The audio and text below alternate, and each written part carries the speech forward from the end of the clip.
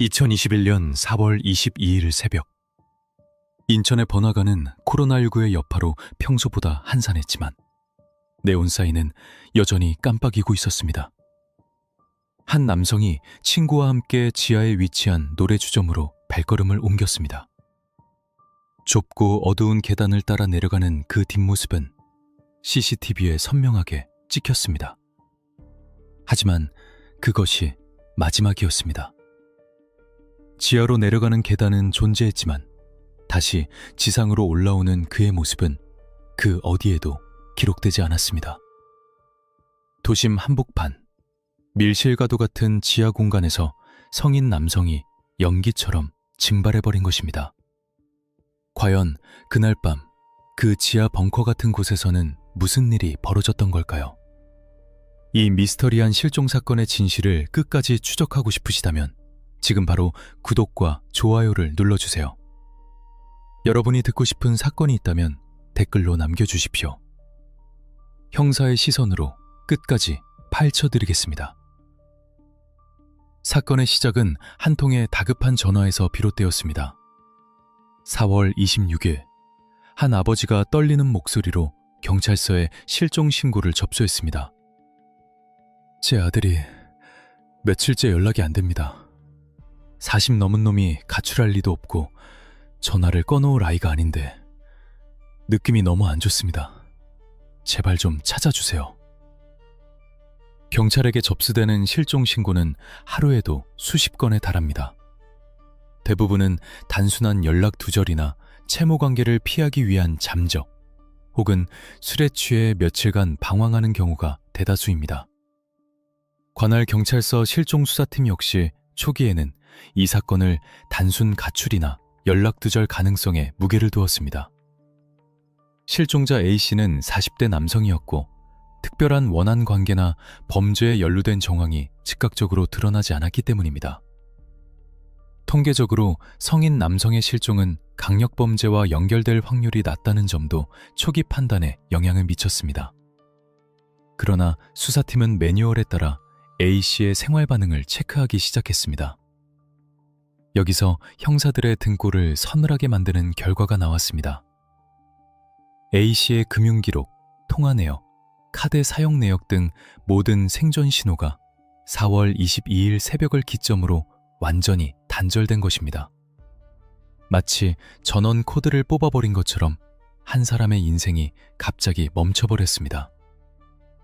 이것은 단순한 장적이 아니었습니다. 베테랑 형사들은 본능적으로 감지했습니다. 이건 냄새가 난다. 강력 사건이다.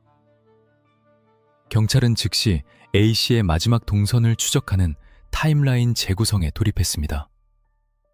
기지국 위치 추적 결과 A씨의 휴대전화 신호가 마지막으로 잡힌 곳은 인천 중구의 한 유흥가 주변이었습니다. 형사들은 현장으로 급파되어 주변 CCTV를 이잡듯이 뒤지기 시작했습니다. 수많은 인파와 차량 속에서 A씨의 흐릿한 형상을 찾아내는 일은 마치 건초더미에서 바늘을 찾는 것과 같았습니다. 하지만 끈질긴 분석 끝에 결정적인 단서가 포착되었습니다. 4월 21일 늦은 밤, A씨가 지인과 함께 한 건물로 들어가는 장면이 확인된 것입니다. 그곳은 지하에 위치한 노래주점이었습니다. CCTV 분석관은 모니터에 얼굴을 가까이 대고 타임라인을 분 단위로 쪼개기 시작했습니다. 화면 속에서 A씨의 지인은 약 2시간 뒤인 새벽 유시경, 먼저 건물 밖으로 나와 택시를 타고 귀가했습니다. 이것은 지인의 진술과 정확히 일치했습니다. 문제는 그 다음이었습니다.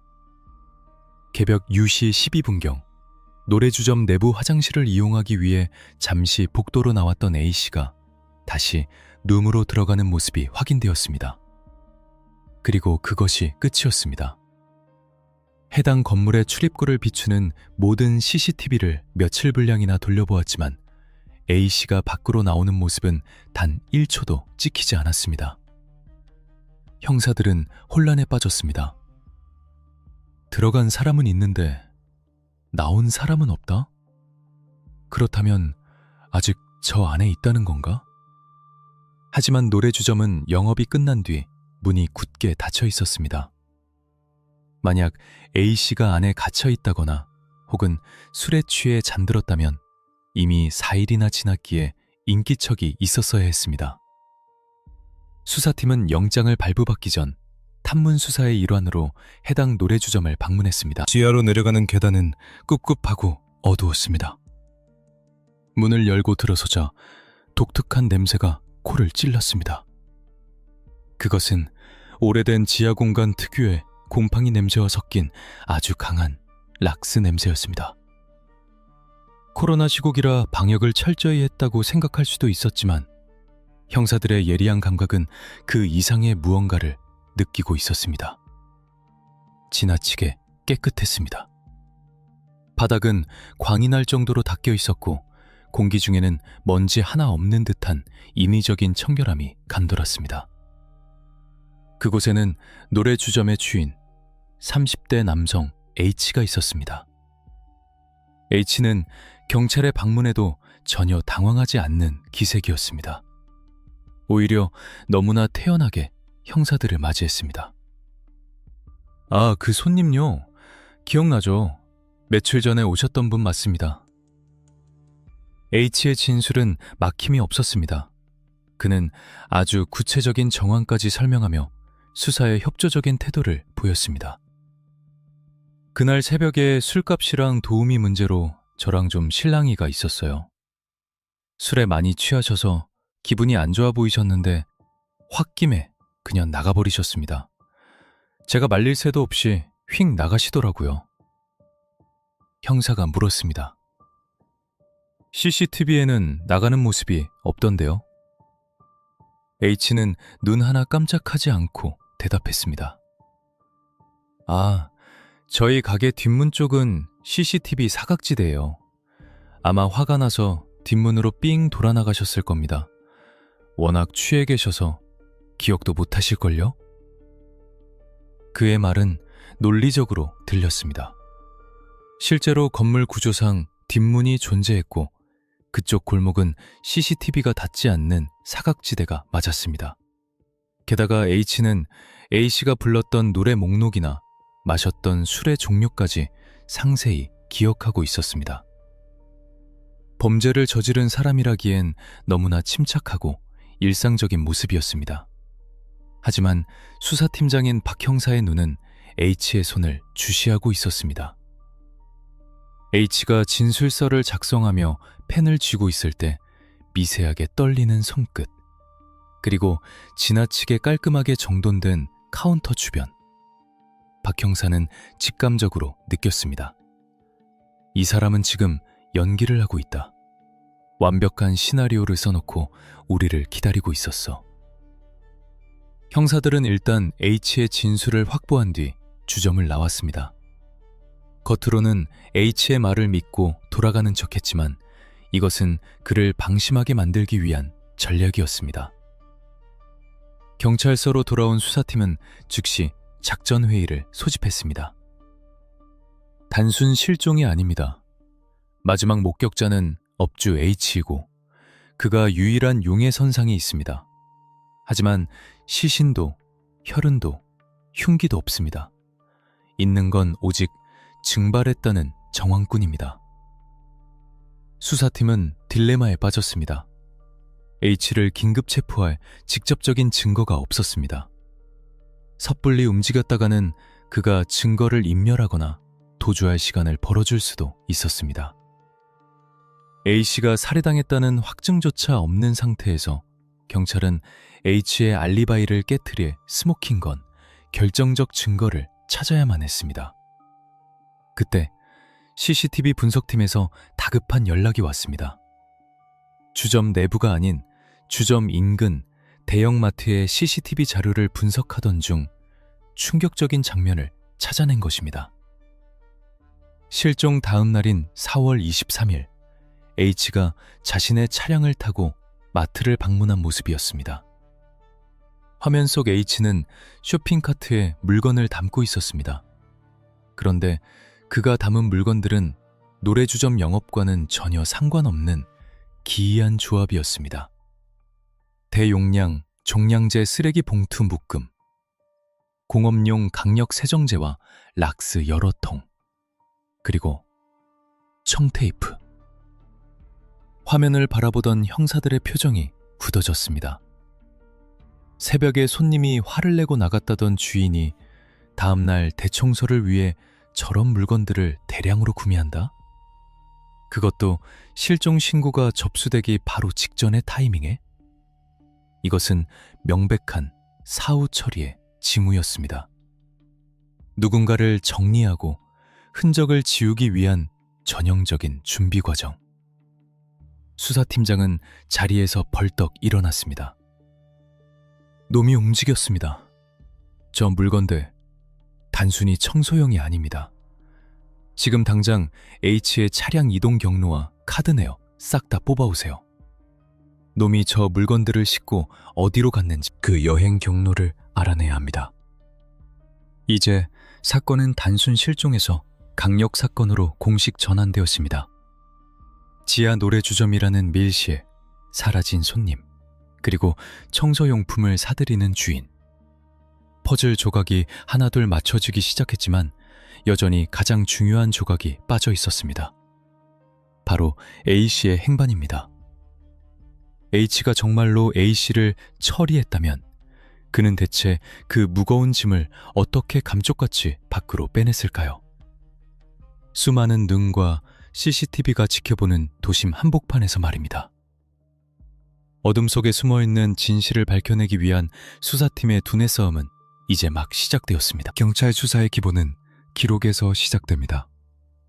특히 현대 수사에서 CCTV는 범죄자가 결코 속일 수 없는 침묵의 목격자입니다.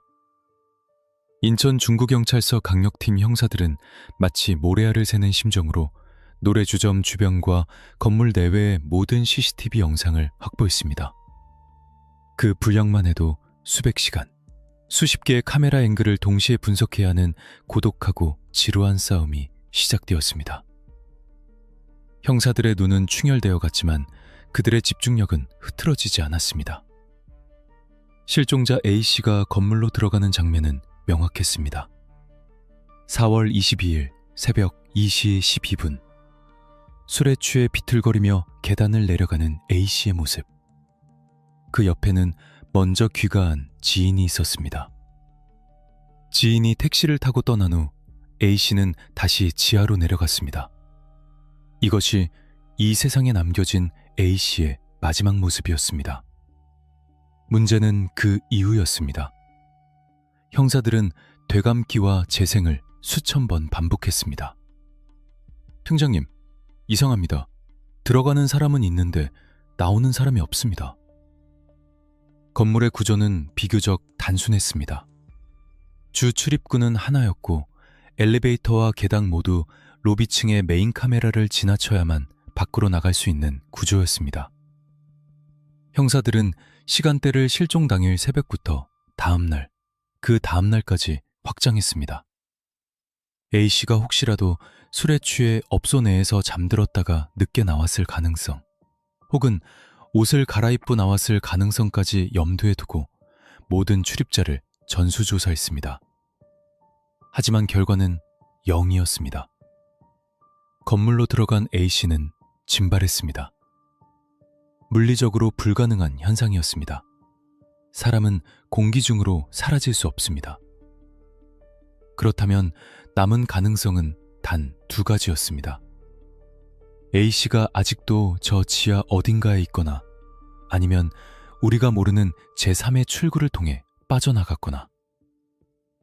형사들은 다시 노래주점 업주 H를 찾았습니다. H는 여전히 침착했습니다. 그는 형사들의 의문에 대해 아주 논리적인 답변을 준비해두고 있었습니다. 형사님들, 저희 건물 구조를 잘 모르셔서 그러는데 사실 뒷문이 하나 있습니다. 거기는 화장실 옆 좁은 통로로 연결되는데 평소에는 잘 안 쓰지만 문은 열려 있어요. 그쪽으로 나가면 골목길로 바로 이어지는데 거기가 딱 CCTV 사각지대입니다. H의 주장은 그럴듯했습니다. 그 손님이 술값 문제로 저랑 다투고 나서 씩씩거리면서 다신 안 온다고 소리치고 그쪽으로 나가버리셨어요. 제가 잡을 새도 없었습니다. 형사들은 즉시 H가 지목한 뒷문을 검증하러 갔습니다. 건물의 뒤편, 좁고 음습한 골목길에 녹슨 철문이 하나 있었습니다. 이론적으로는 사람이 드나들 수 있는 문이었습니다. 그리고 H의 말대로 그 문을 나서면 인근 골목의 CCTV에 잡히지 않고 큰 길로 빠져나가는 경로가 존재했습니다. 하지만 현장을 확인한 베테랑 형사의 눈매가 날카로워졌습니다. 형사는 장갑을 낀 손으로 철문의 손잡이와 문틀을 세밀하게 살폈습니다. 이보게 H씨, 이 문으로 나갔다고 확신하나? 네, 분명 그쪽으로 가셨습니다. 형사는 문틀 아래 바닥에 쌓인 먼지를 가리켰습니다. 이 문은 오랫동안 열린 적이 없어. 경첩에는 녹이 슬어서 굳어버렸고 문틈 사이에는 거미줄이 그대로 있어. 며칠 전 성인 남성이 쾅 하고 열고 나갔다면 적어도 이 거미줄은 끊어져 있어야 하고 바닥의 먼지에는 발자국이 남았어야지. H의 눈동자가 순간적으로 흔들렸습니다. 아주 찰나였지만 형사들은 그 미세한 균열을 놓치지 않았습니다. 아마 그 손님이 억지로 열려다가 안 되니까 다시 돌아서 다른 쪽 비상구로 나갔나 봅니다. 제가 카운터에 있어서 정확히는 못 봤을 수도 있고요. H는 재빨리 말을 바꿨습니다. 그의 태도는 여전히 협조적이었지만 진술의 신빙성은 급격히 무너지기 시작했습니다. 형사들은 H를 더욱 압박하기보다 그를 안심시키고 더 많은 정보를 흘리게 만드는 전략을 택했습니다. 마치 그의 말을 믿어주는 척하며 수사팀은 대화의 주제를 그날 밤의 분위기로 돌렸습니다. 그 손님이 어떤 노래를 불렀는지 기억하십니까? 혹시라도 마지막 심리 상태를 알 수 있을까 해서요. 이것은 형사들의 고도화된 심리전이었습니다. 보통의 업주라면 며칠 전, 그것도 진상 부리고 나간 손님의 선곡 리스트 따위는 기억하지 못합니다. 하지만 H는 기다렸다는 듯 술술 대답했습니다. 네, 기억하죠. 90년대 발라드를 주로 부르셨고 마지막에는 무슨 트로트를 예약해놓고 안 부르고 나가셨어요. 제가 기계에서 확인해드릴 수도 있습니다. 너무나 완벽한 기억력, 그리고 지나친 친절. 형사들은 주점을 나오며 서로 눈빛을 교환했습니다. 저놈 수상하다. 보통 손님이랑 싸우고 나갔으면 재수 없었다고 욕을 하거나 기억도 하기 싫어하는 게 정상이야. 그런데 저렇게 세세하게 기억한다고? 마치 나는 그 손님을 끝까지 잘 배웅했다는 걸 증명하고 싶어 안달이 난 사람처럼. 경찰서로 복귀한 수사팀은 H를 용의선상에 확실하게 올려두었습니다. 그리고 CCTV 분석팀에게 새로운 지시를 내렸습니다. A씨가 나오는 장면을 찾는 건 포기해. 대신 H를 추적한다. 실종 신고가 들어오기 전까지 H가 가게 밖으로 무엇을 가지고 나갔는지, 그의 차가 어디로 움직였는지 1초도 놓치지 마. 분석의 방향이 바뀌자 감춰져 있던 진실의 조각들이 드러나기 시작했습니다. A씨가 들어간 다음 날인 4월 23일 오후, 노래주점 건물 주차장 CCTV에 H의 모습이 포착되었습니다. 그는 평소 입지 않던 작업복 차림으로 자신의 차량 트렁크를 열어두고 주점과 주차장을 분주히 오가고 있었습니다. 화면 속의 H는 낑낑거리며 무언가 묵직한 것을 나르는 모습이 아니었습니다. 오히려 그는 커다란 쓰레기 봉투 몇 개와 여행용 가방 같은 것들을 차에 실었습니다. 겉보기에는 평범한 짐처럼 보였습니다. 하지만 형사들의 프로파일링 감각은 그 장면에서 위화감을 느꼈습니다. 잠깐 멈춰봐. 저 봉투, 그냥 쓰레기라고 하기엔 모양이 너무 각이 잡혀 있어. 그리고 저 가방. H가 평소에 여행을 즐기는 스타일인가? CCTV 속 H의 행동은 묘하게 신중했습니다. 주변을 두리번거리며 살피는 시선, 트렁크 문을 닫을 때 한 번 더 꾹 누르는 손길. 그것은 단순한 청소가 아니었습니다. 그것은 무언가를 숨기는 자의 몸짓이었습니다. 수사팀은 H의 차량 동선을 추적하는 교통관제 CCTV 시스템, CCTV 통합관제센터에 접속했습니다. H의 차량 번호판이 찍힌 위치들이 지도 위에 점으로 찍히기 시작했습니다. 그의 동선은 기이했습니다. 노래주점이 있는 인천 도심을 벗어나 인적이 드문 산간 지역과 바닷가 근처를 배회하고 있었습니다. 노래방 사장이 평일 낮에, 그것도 코로나로 장사도 안 되는데 굳이 저 멀리 외진 곳까지 드라이브를 갔다? 그것도 마트에서 세제와 락스를 잔뜩 산 직후에? 모든 정황이 한 곳을 가리키고 있었습니다.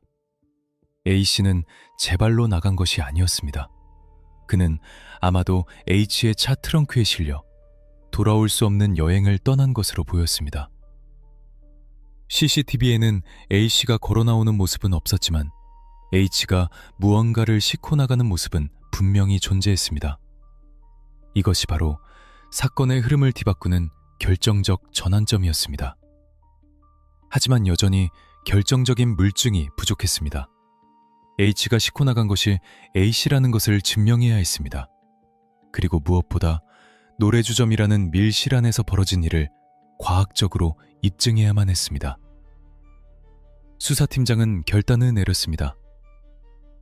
내일 새벽 감식반 투입한다. 영장 발부받아. 놈이 락스로 아무리 닦아냈어도 과학수사의 눈까지 속일 수는 없어.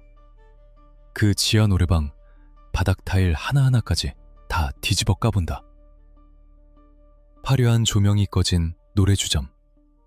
그 적막한 지하 공간에는 억울하게 사라진 자의 비명소리가 아직 묻어있을지도 모릅니다. 형사들은 이제 H가 써내려간 완벽한 시나리오에 과학이라는 메스를 들이대기 시작했습니다. 과연 락스 냄새 진동하는 그 깨끗한 방에서 형사들은 결정적인 흔적을 찾아낼 수 있을까요? 그리고 H가 그토록 숨기려 했던 그날 밤의 진실은 무엇일까요? 범죄자들은 종종 착각에 빠집니다. 자신의 계획이 완벽하다고, 경찰의 수사망을 비웃으며 유유히 빠져나갈 수 있다고 믿습니다. 하지만 그들이 간과하는 것은 악마는 디테일에 있다는 사실입니다. 아무리 치밀하게 짜인 각본이라도 현실이라는 무대 위에서는 반드시 어색한 공백이 생기기 마련입니다. 인천 노래주점 실종 사건의 용의자 H 역시 스스로 완벽한 알리바이를 구축했다고 믿고 있었습니다. 그러나 형사들은 그가 무심코 흘린 아주 사소한 행동 하나에서 거대한 균열을 발견했습니다.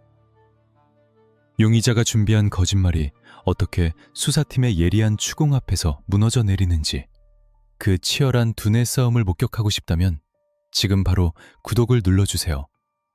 진실을 향한 추적은 이제부터가 진짜입니다. 수사팀은 H를 참고인 신분으로 소환했습니다.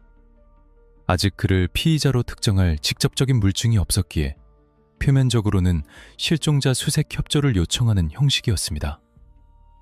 경찰서 조사실에 앉은 H는 여전히 침착했습니다. 다리를 꼬거나 불안해하는 기색도 없이 형사의 눈을 똑바로 응시하며 또박또박 대답했습니다. 사장님, 실종자가 사라진 다음 날인 4월 23일 마트에서 꽤 많은 물건을 사셨더군요. 박 형사가 마트 CCTV 캡처 사진을 책상 위에 툭 던졌습니다. 사진 속 H는 카트 한가득 물건을 담고 있었습니다. 100리터 대용량 종량제 쓰레기 봉투 묶음, 공업용 락스 2통, 강력 접착 테이프 3개, 그리고 주방용 세제와 고무장갑. 노래주점을 운영하는 사람이라면 청소용품을 사는 것이 이상한 일은 아닙니다. 하지만 시점이 문제였습니다. 손님이 실종된 바로 다음 날, 그것도 평소 구매 패턴과는 확연히 다른 대청소 수준의 물품들이었습니다. 특히 저 거대한 쓰레기 봉투와 청테이프의 조합은 형사들에게 불길한 상상을 불러일으키기에 충분했습니다. 박 형사가 날카롭게 물었습니다. 평소에 청소는 도우미나 알바생이 하지 않나요? 사장님이 직접, 그것도 이렇게 대량의 락스와 테이프를 사야 할 이유가 뭡니까? H는 옅은 미소를 지으며 대답했습니다. 아, 형사님도 아시다시피 코로나 때문에 장사가 너무 안 돼서요. 인건비라도 아끼려고 알바 다 내보내고 제가 직접 합니다. 그리고 그날따라 가게 지하 냄새가 너무 심해서 대청소를 좀 하려고 했습니다. 묵은 먼지도 털어내고 찢어진 소파도 좀 수리하려고 테이프도 산 거고요. 그의 답변은 매끄러웠습니다. 코로나19라는 특수한 상황은 그의 행동에 정당성을 부여하는 완벽한 방패막이었습니다. 방역과 위생관리, 누구도 반박하기 힘든 명분이었습니다. 하지만 형사는 물러서지 않았습니다. 청소는 그렇다 치고 이건 어떻게 설명하실 겁니까?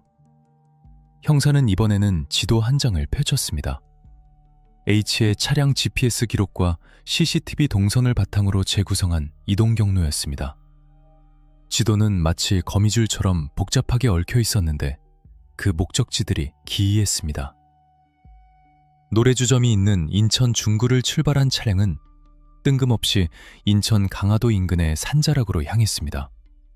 그러다 다시 방향을 틀어 영종도 쪽 해안도로를 달렸고 인적이 드문 야산 입구에서 한참을 머무르다 돌아온 흔적이 있었습니다. 가게 대청소를 한다던 분이 왜 하필 그날 산으로 바다로 드라이브를 가셨습니까? 그것도 트렁크에 무언가를 잔뜩 싣고 말이죠. 순간 H의 눈썹이 꿈틀했습니다. 예상치 못한 질문이었던 모양입니다. 하지만 그는 이내 평정을 되찾고 한숨을 쉬며 말했습니다. 답답해서 그랬습니다. 장사도 안 되고 손님이랑 싸우고 기분도 잡치고 빛 독촉도 심하고 해서 머리 좀 식히려고 바람 좀 쐬러 다녀왔습니다. 그게 죄는 아니지 않습니까? 바람 쐬러 가는데 왜 굳이 인적도 없는 야산 입구에 차를 세우고 1시간이나 있었습니까? 차 안에서 음악 들으면서 좀 잤습니다. 피곤해서요. H의 방언은 견고했습니다. 모든 의심스러운 정황에 대해 그럴 법한 변명을 준비해두고 있었습니다. 심지어 그는 형사들에게 억울함을 호소하기까지 했습니다. 제가 실종된 분을 마지막으로 봤다는 이유만으로 이렇게 범죄자 취급을 받아야 합니까? 저도 영업 방해받고 있는 피해자입니다. 수사팀은 잠시 조사를 중단하고 밖으로 나왔습니다. 복도에서 담배를 태우던 형사들의 표정은 어두웠습니다. 팀장님, 저는 보통이 아닙니다. 말 한마디 한마디가 다 계산되어 있어요. 청소용품은 방역 핑계대고 드라이브는 스트레스 핑계대고 빠져나갈 구멍을 다 파놨습니다. 심증은 100%인데 물증이 없어. 시신도 못 찾았고 범행 도구도 특정이 안 됐어. 이대로 풀어주면 놈은 승리의 미소를 지으며 증거를 더 완벽하게 인멸할 거야.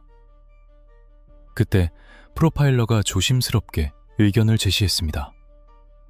팀장님, 놈의 진술에 모순이 있습니다. 방역을 위해 대청소를 했다고 했죠? 그런데 보통 주점 사장들은 냄새를 없애기 위해 방향제나 환풍기를 먼저 신경 씁니다. 그런데 H는 락스를 선택했습니다. 락스는 냄새를 덮는 게 아니라 단백질을 분해하고 흔적을 지우는 데 특화된 화학약품입니다. 그리고 소파 수리를 위해 청테이프를 샀다고 했지만 요즘 업소용 소파 수리에 누가 투박한 청테이프를 씁니까? 전용 수리키트나 가죽 테이프를 쓰죠. 형사들의 눈이 번뜩였습니다. H는 너무 완벽하게 보이려다 오히려 부자연스러운 선택을 한 것입니다. 일상적인 청소와 범죄 현장의 세척은 그 목적과 도구가 다릅니다. H가 구매한 물품 리스트는 명백히 후자를 가리키고 있었습니다. 수사팀은 전략을 수정했습니다. H의 입을 여는 것은 불가능하다고 판단하고 그가 청소했다고 주장하는 그 현장, 노래주점 내부에서 과학적인 증거를 찾아내기로 한 것입니다. 놈이 아무리 락스를 들이부었어도 현대 과학수사의 눈을 완벽하게 피할 수는 없습니다. 혈흔은 지워도 혈흔을 지우려고 했던 노력의 흔적은 남기 마련입니다. 경찰은 H를 일단 귀가시켰습니다. 안심시키기 위함이었습니다. 알겠습니다. 오늘 조사는 여기까지 하죠. 협조해 주셔서 감사합니다. 사업 번창하시길 바랍니다. 형사의 인사에 H는 깍듯하게 고개를 숙이고 경찰서를 나섰습니다. 그의 뒷모습에서는 긴장이 풀린 듯한 여유가 느껴졌습니다. 그는 자신이 경찰을 속였다고 믿고 있었을 것입니다. 하지만 H가 경찰서를 나서는 순간 이미 감식반 차량은 그의 노래주점을 향해 은밀하게 이동하고 있었습니다. 이번 수색은 단순한 눈요기가 아니었습니다. 루미놀 시약과 특수 파장 랜턴, 그리고 정밀 DNA 채취 키트로 무장한 과학수사 요원들이 투입되었습니다. 어둠이 내린 노래주점 앞, 경찰 통제선이 쳐지고 하얀 방호복을 입은 요원들이 지하로 내려갔습니다. 지하 공기는 서늘했습니다. H가 말한 대로 내부는 반짝거릴 정도로 깨끗했습니다. 테이블은 정돈되어 있었고 바닥은 먼지 하나 없었습니다. 마치 모델하우스처럼 인위적인 청결함. 감식반장은 쓴 웃음을 지었습니다. 너무 깨끗해서 수상하군. 마치 여기서 아무 일도 없었어요 라고 온몸으로 외치고 있는 것 같아. 감식반원들은 조명을 끄고 암흑 상태를 만들었습니다. 그리고 H가 손님과 다퉜다고 했던 그 방, 그리고 그가 들락거렸을 화장실을 중심으로 루미놀 시약을 분사하기 시작했습니다. 치. 어둠 속에서 시약이 분사되는 소리만이 정적을 채웠습니다. 1초, 2초. 처음에는 아무 반응이 없었습니다. H의 대청소가 얼마나 철저했는지를 보여주는 듯했습니다. 하지만 잠시 후 특수 안경을 쓴 감식반원의 외침이 들렸습니다. 여기입니다. 반응 나옵니다. 노래방 룸 구석, 소파 밑, 걸레바지 틈새, 그리고 화장실 타일 사이에 줄눈. 인간의 눈으로는 절대 볼 수 없었던 미세한 자국들이 시약과 반응하여 푸른색 형광빛을 내뿜기 시작했습니다. 그것은 억울하게 사라진 A씨가 남긴 마지막 구조 신호이자 H의 거짓말을 산산조각낼 결정적인 증거였습니다. 아무리 락스로 닦아내고 물로 씻어내도 틈새 깊숙이 스며든 미세 혈흔은 범인의 손길이 닿지 않는 곳에 숨어 있었습니다. 푸른 빛은 마치 밤하늘의 별자리처럼 이어져 그날 밤 그곳에서 벌어진 참혹한 사건의 동선을 그려내고 있었습니다. 찾았다. H의 시나리오는 여기서 끝이다. 이제 수사팀은 H의 손목에 수갑을 채울 명분을 확보했습니다. 하지만 이것은 시작에 불과했습니다. 혈흔이 나왔다는 것은 누군가 피를 흘렸다는 증거일 뿐, 살인의 직접적인 증거가 되기에는 아직 부족했습니다. 결정적으로 A씨의 시신을 찾아내야만 이 사건의 마침표를 찍을 수 있습니다. 과연 경찰은 H의 입을 열게 하여 그가 A씨를 어디로 보냈는지 알아낼 수 있을까요? 그리고 H가 그토록 숨기려 했던 그날 밤의 진실, 그 잔혹한 이 시간의 공백은 어떻게 채워질까요? 수사관들의 세계에는 촉이라는 비과학적인 영역이 존재합니다. 하지만 이 촉을 확신으로 바꾸는 것은 철저한 과학입니다. 인천 중구경찰서 수사팀은 법원으로부터 압수수색 영장을 발부받자마자 즉시 과학수사대 KCSI 요원들과 함께 문제의 노래주점으로 진입했습니다. 이때가 2021년 5월 12일 실종 신고가 접수된 지 약 보름이 지난 시점이었습니다. 시간이 너무 많이 흘렀다는 점이 형사들의 마음을 무겁게 짓눌렀습니다. 시간은 범죄자에게는 흔적을 지울 기회를 주지만 수사관에게는 증거가 훼손될 위험을 의미하기 때문입니다. 노래주점의 문을 따고 들어선 순간 가장 먼저 형사들을 맞이한 것은 시각적인 정보가 아닌 후각적인 충격이었습니다. 지하 공간 특유의 퀴퀴한 곰팡이 냄새는 온데간데 없고 코를 찌르는 매캐한 화학약품 냄새가 진동했습니다. 그것은 흔히 수영장이나 화장실 청소 때 맡을 수 있는 락스 냄새였지만 그 농도가 일반적인 수준을 훨씬 넘어서고 있었습니다. 마치 공기 자체가 표백된 듯한 느낌. 형사들은 서로 눈짓을 교환했습니다. 이건 단순 청소가 아니다. 무언가를 필사적으로 씻어내려 했다. 현장은 기이할 정도로 정돈되어 있었습니다. 테이블 위는 먼지 하나 없이 닦여 있었고 바닥의 타일은 윤기가 흘렀습니다. H가 주장했던 코로나 방역 대청소가 거짓말은 아니었던 셈입니다. 그는 정말로 이 공간을 박박 닦아냈습니다. 하지만 범죄 심리학적으로 볼 때 지나친 청결함은 그 자체로 가장 강력한 범죄의 징후입니다. 평소 위생관리에 철저하지 않던 사람이 갑자기 강박적으로 청소를 했다면 그것은 더러운 것을 보았기 때문입니다. KCSI 요원들은 즉시 현장 보존을 위해 폴리스 라인을 치고 외부의 빛을 완전히 차단했습니다. 암막 커튼으로 출입구를 막자 노래주점 내부는 칠흑 같은 어둠에 잠겼습니다. 이제부터는 육안이 아닌 화학의 눈으로 볼 차례였습니다. 루미놀시아, 살포 준비. 감식반장의 지시에 따라 요원들이 H가 손님과 다투었다고 지목했던 룸과 복도, 그리고 화장실을 중심으로 시약을 분무하기 시작했습니다. 칩, 칩. 어둠 속에서 미세한 물방울들이 공기 중으로 흩어졌습니다.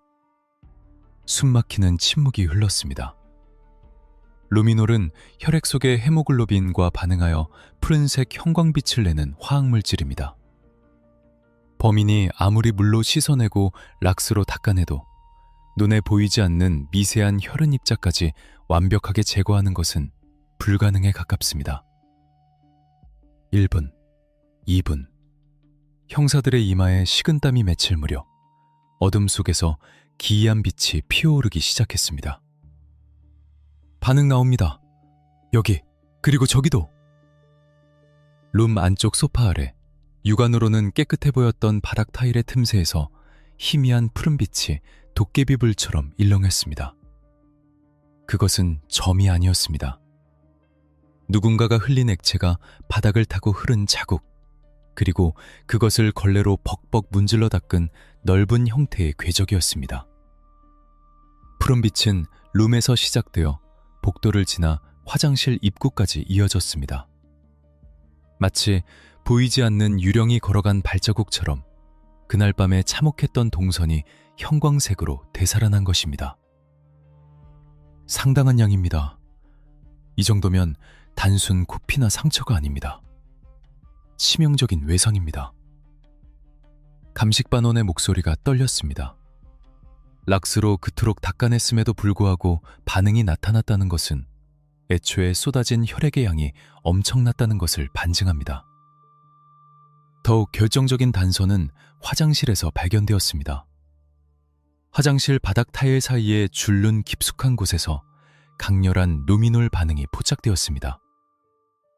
줄눈은 시멘트 재질이라 액체를 흡수하는 성질이 있어 표면을 아무리 닦아도 그 속까지 세척하기는 어렵습니다. H의 치명적인 실수가 여기서 드러났습니다. 수사팀은 추가적인 정밀 감식을 통해 또 다른 이상한 점을 발견했습니다. 룸 내부의 인테리어 구조가 미묘하게 바뀌어 있었습니다. 과거 영업 신고 당시 제출했던 사진과 비교해 볼 때 소파의 위치가 벽 쪽으로 더 붙어 있었고 노래방 기기의 위치도 조정된 흔적이 있었습니다. 소파를 옮겼어. 왜? 소파 밑이나 뒤쪽에 튄 자국을 가리려고 했거나 아니면 무거운 무언가를 옮기기 위해 공간을 확보해야 했겠지. 요원들은 즉시 반응이 나타난 곳에서 검체를 채취했습니다. 면봉으로 바닥 틈새를 긁어내고 소파 다리에 묻은 미세한 입자들을 수거했습니다. 이 샘플들은 경찰차 사이렌을 울리며 국립과학수사연구원 국과수로 긴급 이송되었습니다. 가장 빠른 속도로 DNA 분석 부탁합니다. 이 결과가 나오면 바로 체포영장 칩니다. 몇 시간 뒤 국과수에서 통보가 왔습니다. 결과는 예상대로였습니다. 이제 모든 퍼즐이 맞춰졌습니다. 1. A씨는 노래주점에 들어갔으나 나오지 않았다. 2. 주점 내부에서 A씨의 다량의 혈흔이 발견되었다. 3.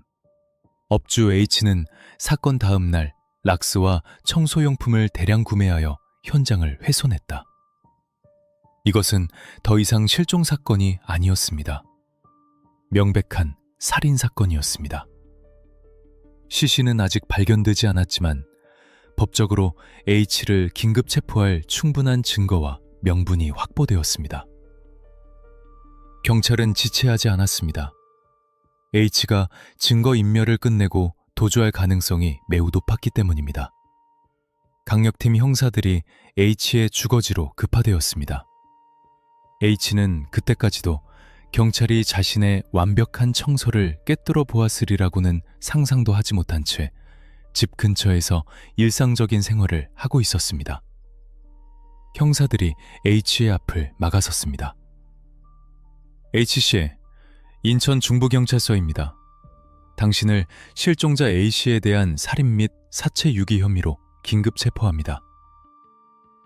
H의 표정에서 여유가 사라졌습니다. 그는 순간적으로 당황한 듯 눈을 크게 떴으나 이내 체념한 듯 고개를 떨구었습니다. 증거 찾으셨나요? 그의 짧은 물음에는 많은 의미가 담겨 있었습니다. 락스로 범벅이 된 그 현장에서 기어코 흔적을 찾아낸 경찰의 집요함에 대한 놀라움, 그리고 이제는 피할 수 없다는 절망감. 박 형사가 H의 손목에 수갑을 채우며 차갑게 말했습니다.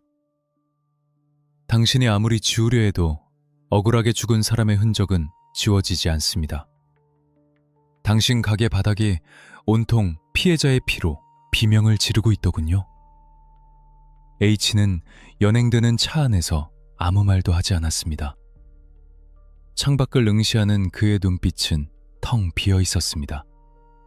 하지만 경찰에게는 아직 가장 큰 숙제가 남아 있었습니다. H를 잡았지만 피해자 A씨는 여전히 가족의 품으로 돌아오지 못했습니다. H가 입을 열지 않는다면 시신 없는 살인사건이 되어 재판에서 불리해질 수도 있는 상황. 이제부터는 차가운 과학의 영역을 넘어 뜨거운 심리전이 펼쳐질 차례입니다. 닫힌 철문 뒤 취조실이라는 밀폐된 공간에서 형사와 용의자의 숨막히는 진실 게임이 시작됩니다. 인천 중부경찰서 1층, 창문 하나 없는 밀폐된 공간. 형광등의 백색 소음만이 감도는 취조실에 H가 앉아 있었습니다. 긴급 체포된 직후였지만 그의 표정은 여전히 묘한 평정심을 유지하고 있었습니다. 수갑찬 손을 테이블 위에 올려둔 채 그는 맞은편에 앉은 베테랑 박 형사를 무심한 눈으로 바라보았습니다. 이곳은 진실과 거짓이 가장 치열하게 부딪히는 전장입니다. 형사들은 알고 있었습니다. H와 같은 유형의 용의자, 즉 사전에 치밀하게 알리바이를 준비하고 증거를 인멸한 지능형 범죄자들은 고함이나 협박으로 절대 입을 열지 않습니다. 그들의 방어 기제는 논리로 무장되어 있기 때문입니다. 따라서 수사팀의 전략은 명확했습니다. 팩트라는 송곳으로 그의 논리를 하나씩 찌르며 스스로 무너져 내리게 만드는 말라 죽이기 작전입니다. 박 형사는 서류 뭉치를 테이블 위에 내려놓으며 천천히 입을 열었습니다. H씨, 밥은 먹었습니까? 뜻밖의 부드러운 질문에 H는 잠시 멈칫하더니 고개를 끄덕였습니다. 네, 유치장에서 먹었습니다. 잠은 좀 잤고?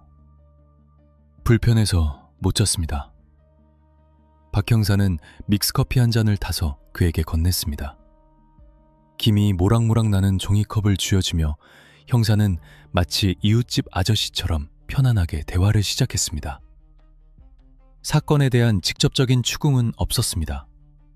H의 가족 이야기, 노래주점 운영의 어려움, 코로나 시국에 자영업자로 살아가는 고충 등에 대해 들어주었습니다.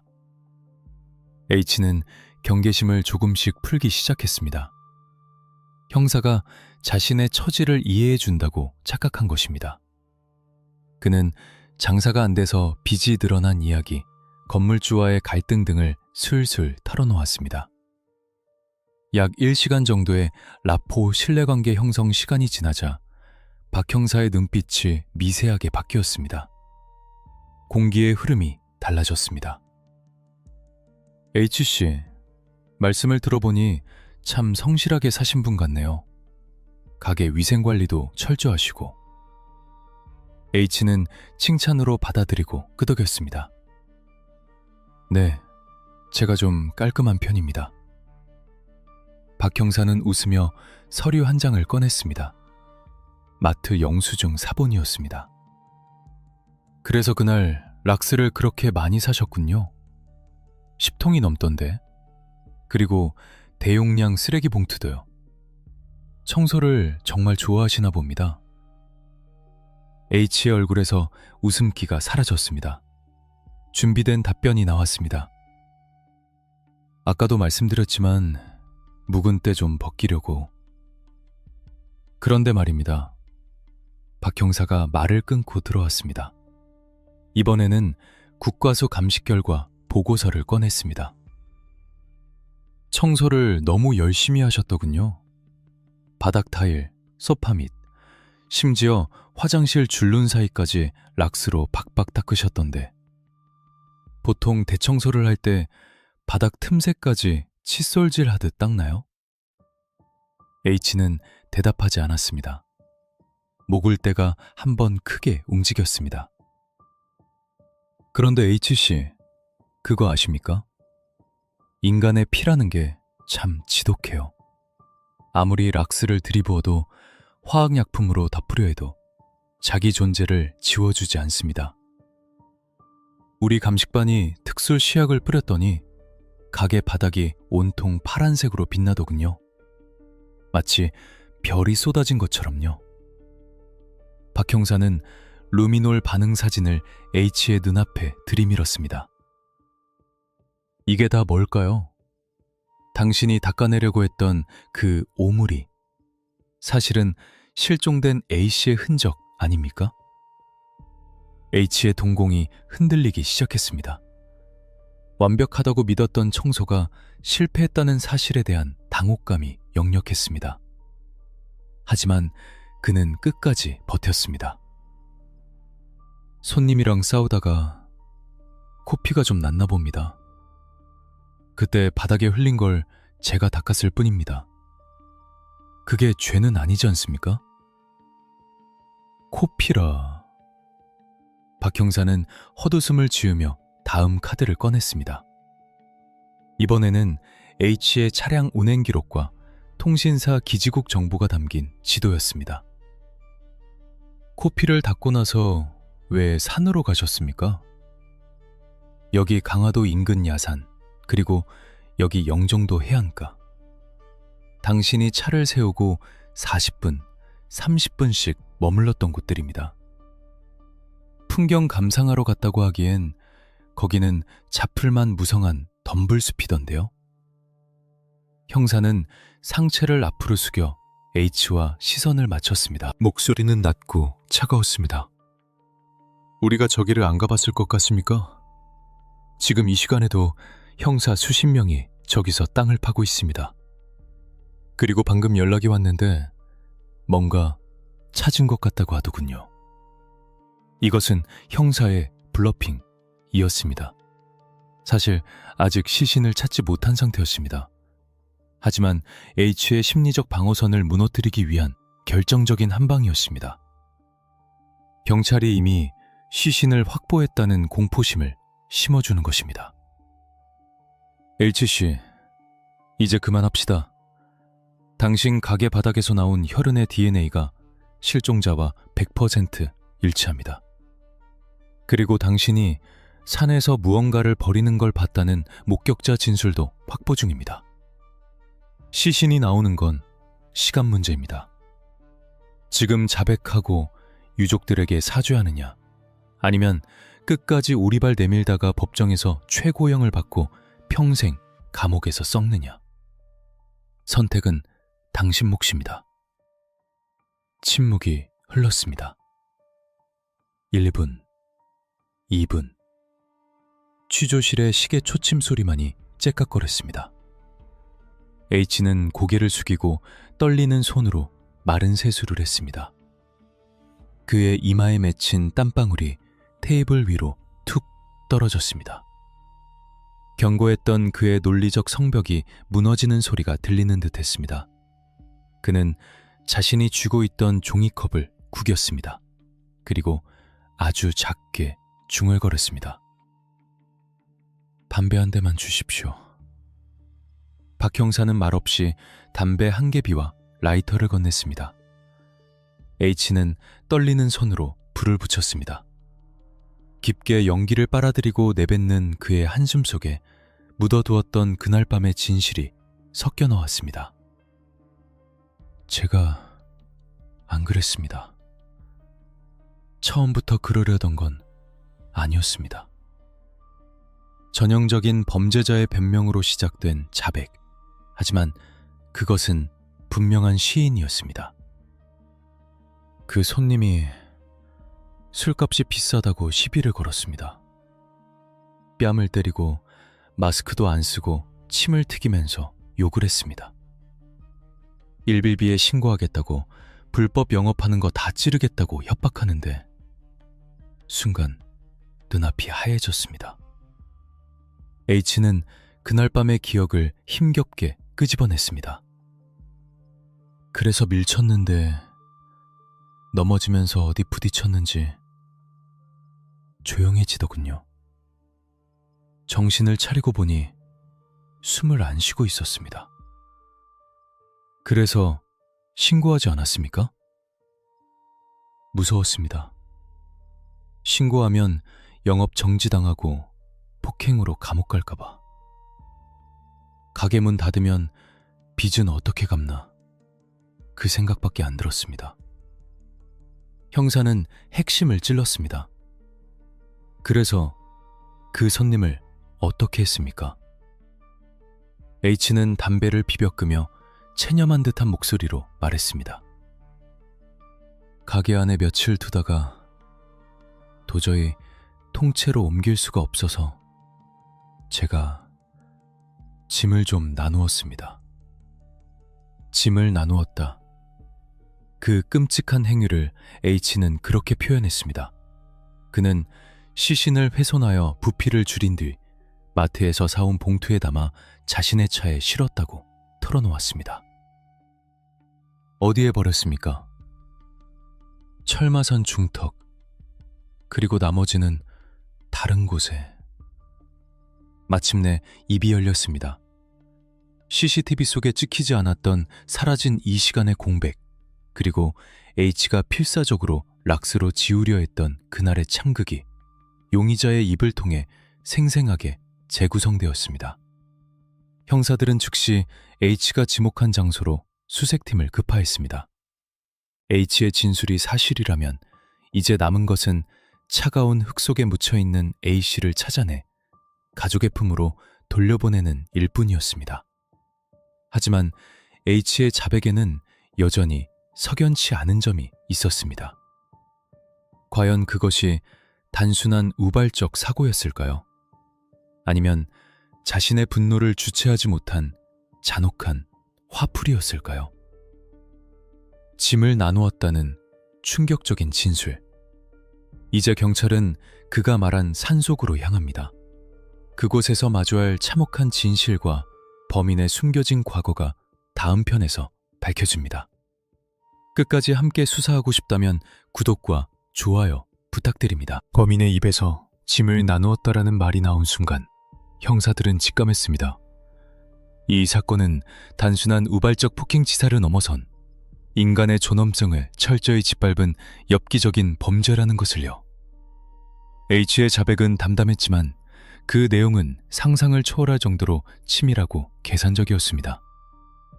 이제 수사팀에게 남은 임무는 H의 기억 속에 저장된 그날의 참혹한 데이터를 현실로 끄집어내어 차가운 땅 어딘가에 버려진 피해자 A씨를 찾아내는 것이었습니다. 범인이 털어놓은 사후 처리 과정은 과연 얼마나 잔혹했을까요? 그리고 형사들은 어둠 속에서 피해자를 어떻게 찾아냈을까요? 그 숨막히는 수색 현장을 함께하고 싶다면 지금 바로 구독을 눌러주세요. H의 진술에 따르면 4월 22일 새벽 A씨가 숨을 거둔 직후 그는 즉시 101구나 101B에 신고하는 대신 가게 문을 걸어 잠그는 선택을 했습니다. 그때부터 노래주점이라는 지하 밀실은 세상과 단절된 그들만의 공간이 되었습니다. 놀랍게도 H는 A씨의 시신을 바로 유기하지 않았습니다. 그는 시신을 사용하지 않는 빈 룰 옮겨두고 꼬박 이틀 동안이 그 시신과 함께였습니다. 놀랍게도 H는 빈 지하 생활을 했습니다. 낮에는 태연하게 밥을 먹고 밤에는 시신이 있는 방 옆에서 잠을 잤습니다. 박 형사가 물었습니다. 무섭지 않았습니까? 사람이 죽어있는 방 옆에서 어떻게 잠이 옵니까? H는 무덤덤하게 대답했습니다. 처음엔 무서웠는데 에어컨을 빵빵하게 틀어놓으니까 냄새도 안 나고 그냥 자는 것 같아서 견딜만 했습니다. 그리고 어떻게 처리해야 들키지 않을지 그 생각만 하느라 무서워할 겨를이 없었습니다. 그 2일간의 동거, 그것은 H가 범행을 은폐하기 위한 시나리오를 구상하는 시간이었습니다. 그는 인터넷 검색을 하거나 누군가에게 조언을 구하는 대신 자신의 머릿속에서 완벽한 계획을 짰습니다. 시신을 통째로 옮기기에는 지하 계단이 너무 가팔랐고 엘리베이터에는 CCTV가 있었습니다. 40대 남성의 무게를 혼자 감당하며 들키지 않고 나가는 것은 불가능했습니다. 그래서 그는 부피를 줄이기로 결심합니다. 4월 24일, 그가 마트에서 사온 대형 쓰레기 봉투와 락스, 그리고 날카로운 도구들은 바로 이 작업을 위한 것이었습니다. 그는 노래주점 화장실을 작업실로 선택했습니다. 화장실은 물을 마음껏 쓸 수 있고 타일 바닥이라 청소가 용이했기 때문입니다. H는 화장실 문을 잠그고 수돗물을 틀어 물소리로 소음을 감춘 채 끔찍한 작업을 시작했습니다. 그는 A씨를 물건 다루듯 했습니다. 관절 마디마디를 분리하고 훼손된 부분은 봉투에 나눠 담았습니다. 그 과정에서 흘러나온 다량의 혈흔과 흔적들은 미리 준비한 락스를 들이부어 하수구로 흘려보냈습니다. 이것이 바로 국과수 감식대 화장실 줄눈 사이에서 루미놀 반응이 폭발적으로 나타난 이유였습니다. 작업은 몇 시간 동안 이어졌습니다. 그는 지치지도 않고 묵묵히 짐을 쌌습니다. 그리고 꼼꼼하게 테이핑한 봉투들을 겹겹이 쌓아두었습니다. 밖에서 보면 그저 재활용 쓰레기 뭉치처럼 보이도록 위장하는 치밀함까지 보였습니다. 다 끝내고 나니 배가 고파서 밥을 먹었습니다. H의 이 한마디에 취조실의 형사들은 할 말을 잃었습니다. H가 지목한 유기 장소는 인천 부평구에 위치한 철마산 중턱이었습니다. 이곳은 H가 평소 머리를 식히러 자주 가던 곳이라 지리에 밝았습니다. 새벽 3시, 칠흑 같은 어둠 속에서 형사들과 기동대 그리고 과학수사요원들로 구성된 수색팀이 산 입구에 도착했습니다. H는 수갑을 찬 채 형사들의 부축을 받으며 산길을 안내했습니다. 이쪽 샛길로 200m 정도 더 올라가야 합니다. 가로등이 없어서 차가 못 들어갑니다. H의 기억력은 소름 끼칠 정도로 정확했습니다. 덤불이 우거진 습계, 인적이 끊긴 긴 지점. 그는 망설임 없이 손가락으로 어둠 속을 가리켰습니다. 저기 바위 뒤쪽, 그리고 나머지는 저 아래 비탈길에 던졌습니다. 수색팀은 랜턴 불빛의 위지에 덤불을 헤치기 시작했습니다. 전날 내린 비로 인해 땅은 질척거렸고 썩은 낙엽 냄새가 진동했습니다. 긴장감이 감도는 가운데 누군가의 외침이 들렸습니다. 여기 뭔가 있습니다. 숲을 사이에 검은색 비닐봉투가 걸려 있었습니다. 훼손된 상태로 유기된 지 20여일. 야생동물의 습격을 받았을 수도 부패가 진행되었을 수도 있는 상황이었습니다. 감식반원이 조심스럽게 봉투에 접근했습니다. 겉면에는 흙탕물이 묻어 있었지만 H가 사용한 것으로 추정되는 청테이프가 단단하게 감겨 있었습니다. 봉투를 살짝 열어 내용을 확인한 감식반원은 고개를 끄덕이며 침통한 표정으로 수신호를 보냈습니다. 실종자 맞습니다. 현장의 분위기는 급격히 가라앉았습니다. 형사들은 모자를 벗고 잠시 묵념했습니다. 비록 참혹한 모습으로 발견되었지만 드디어 A씨를 차가운 산속에서 꺼내줄 수 있게 된 것입니다. 하지만 발견된 것은 시신의 일부였습니다. H의 진술대로 그는 시신을 여러 봉투에 나누어 산 곳곳에 뿌리듯 유기했습니다. 수색팀은 날이 밝을 때까지 산 전체를 뒤져야 했습니다. 이 과정에서 H의 태도는 형사들을 더욱 분노케 했습니다. 그는 자신이 버린 장소를 지목하면서도 죄책감을 느끼거나 두려워하는 기색이 전혀 없었습니다.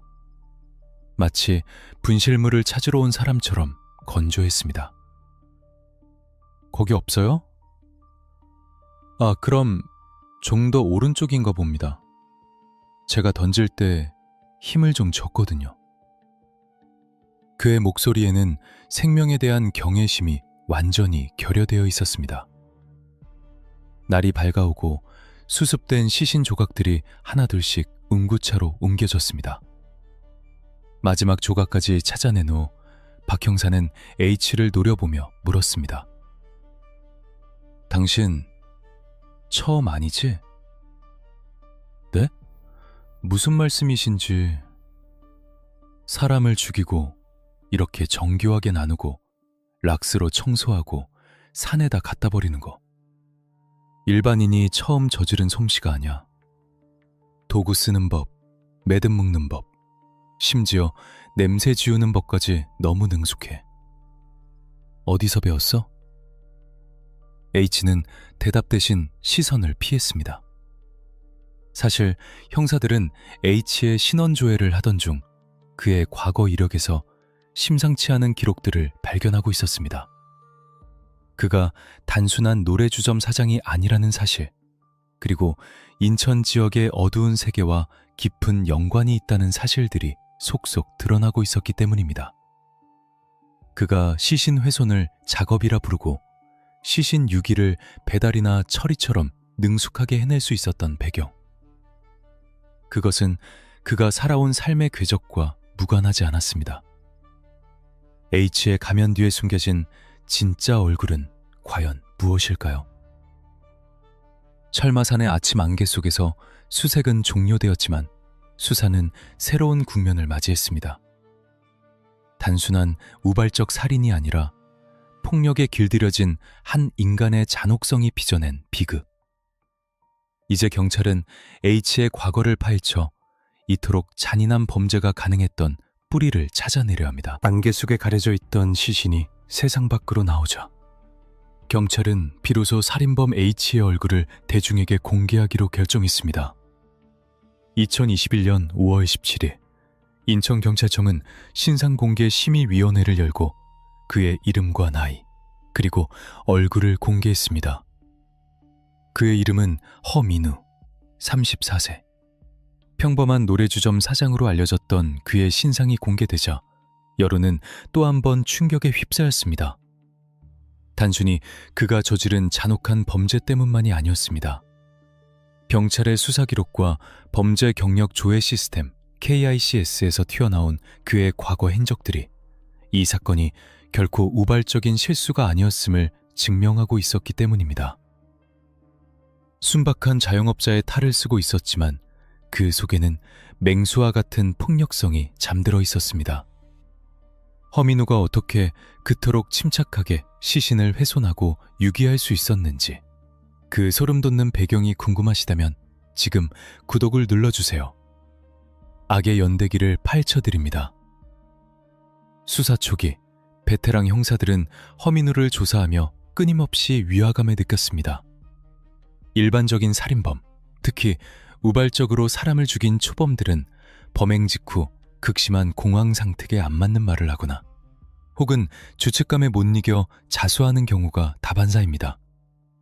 시신을 처리하는 과정에서도 구토를 하거나 두려움 때문에 대충 은폐하고 도망치는 것이 보통입니다.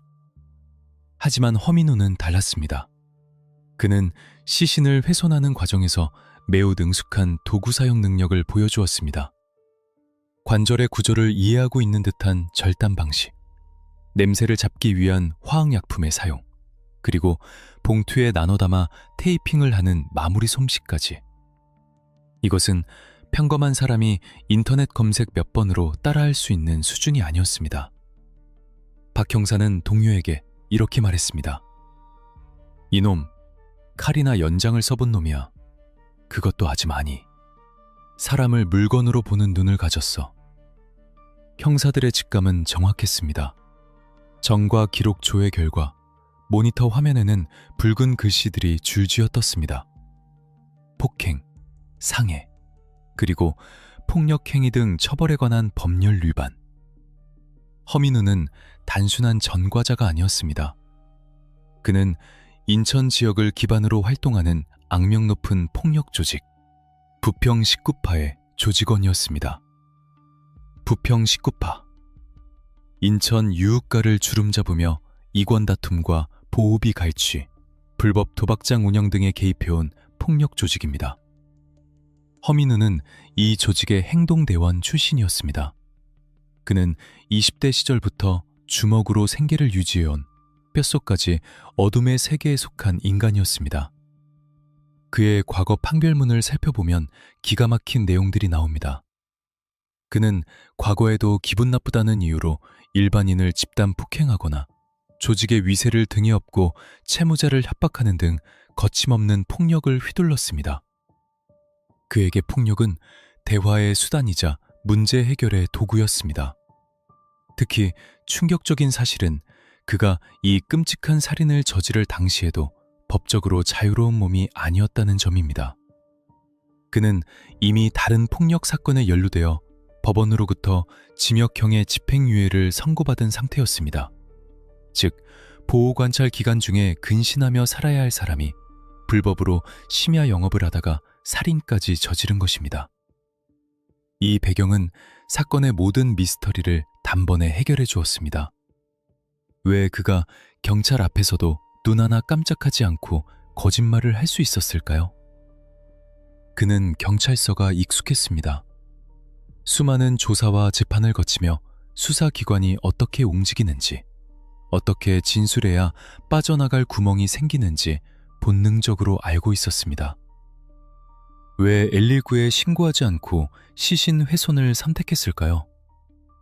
조직 폭력배들의 세계에는 철칙이 있습니다. 걸리면 끝장이다.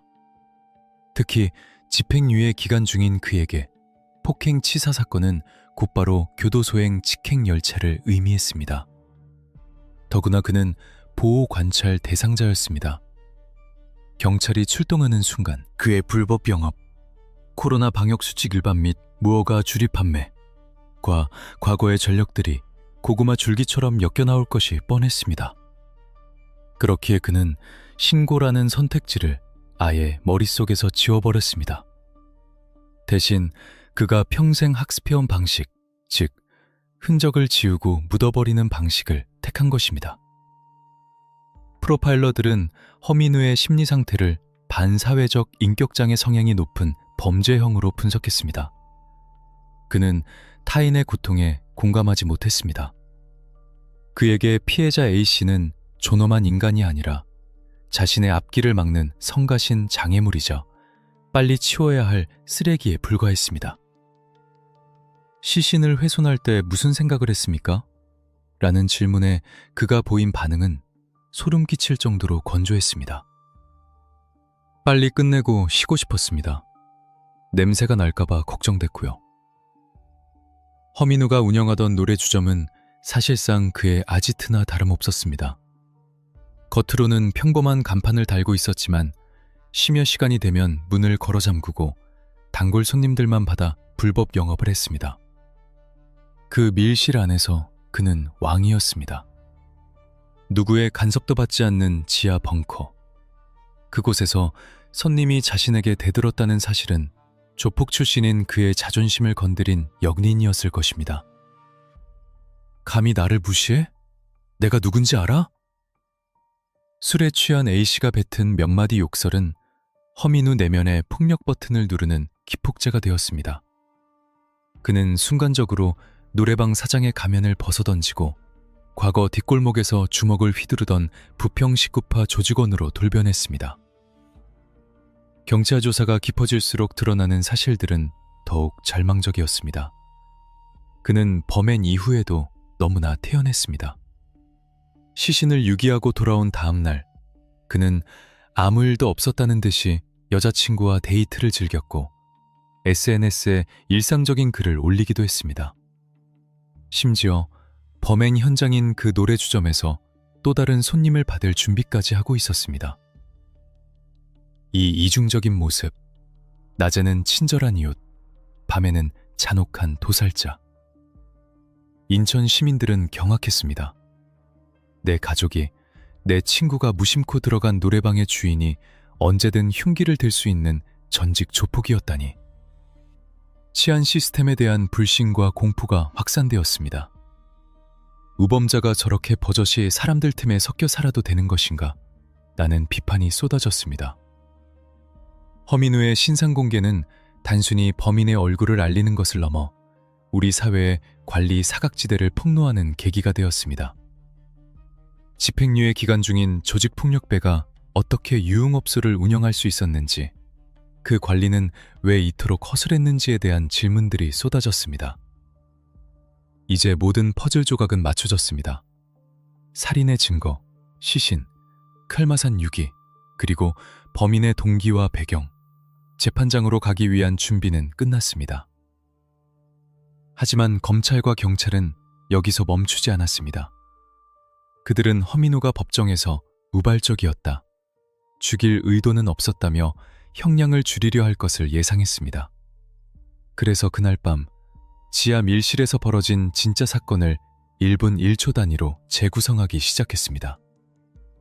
과연 그날 밤 A씨는 정말 허민우의 주장대로 시비 끝에 우발적으로 사망한 것일까요? 아니면 허민우가 분노를 조절하지 않고 일방적으로 가한 무자비한 폭력의 희생양이었을까요?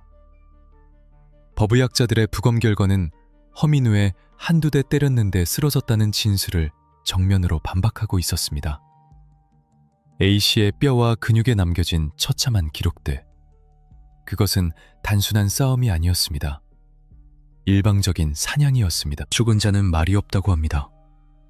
하지만 법의학자들은 이렇게 말합니다. 시신은 거짓말을 하지 않는 가장 정직한 기록이다. 국립과학수사연구원의 차가운 부검대 위에 올려진 A씨의 시신은 비록 참혹하게 훼손되어 있었지만 그날 밤 지하 노래주점에서 벌어진 진실을 온몸으로 웅변하고 있었습니다.